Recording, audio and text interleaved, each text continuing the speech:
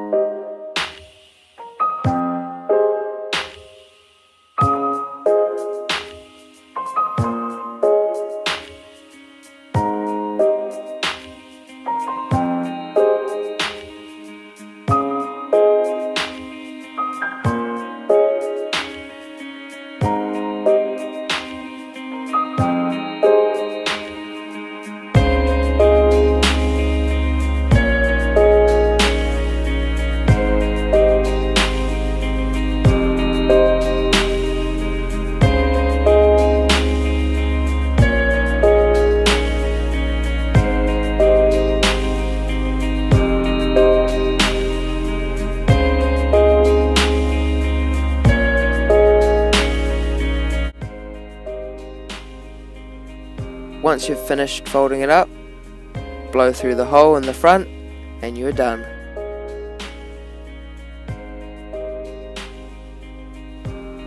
And there we go guys, the origami cube rabbit is finished. Hope you guys have a great Easter. Hope you enjoyed this video.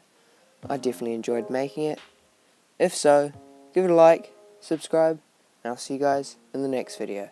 See ya.